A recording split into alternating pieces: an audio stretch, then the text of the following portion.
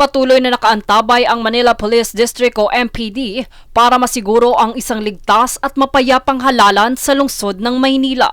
Kasabay ng kanilang mataas na crime solution efficiency, pinaiigting pa ng kapulisan ang pagbabantay sa mga lugar na tinuturing na areas of concern. Ayon sa MPD, may mga nakalatag ng checkpoints sa mga piling lugar at may mga partikular na lugar din silang tutok ngayon dahil sa potensyal na election-related violence o tensyon.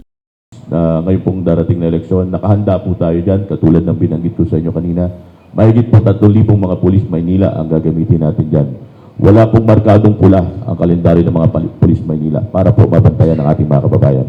Pagdating naman sa kaligtasan ng mga botante, tiniyak ng MPD na nasa hustong preparedness level na sila. Wala pang naitatalang seryosong banta at patuloy ang koordinasyon sa mga barangay at COMELEC para sa mas maayos na eleksyon. Bahagi nito kanilang hinihikayat ang publiko na agad makipag-ugnayan sa pinakamalapit na himpilan ng pulisya sakaling may kahina-hinalang insidente.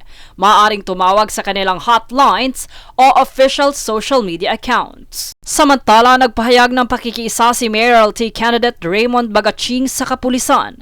Ayon sa kanya, mahalagang magkaisa ang mga kandidato at otoridad upang panatilihin ang katahimikan sa lungsod. Pinasaayos para sa isang maayos at matiwasay na halalan. I feel very safe and very honored that talagang very detailed ang kanilang mga hangarin para sa krimen at para sa halalan at para maging safe ang Kamaynilaan.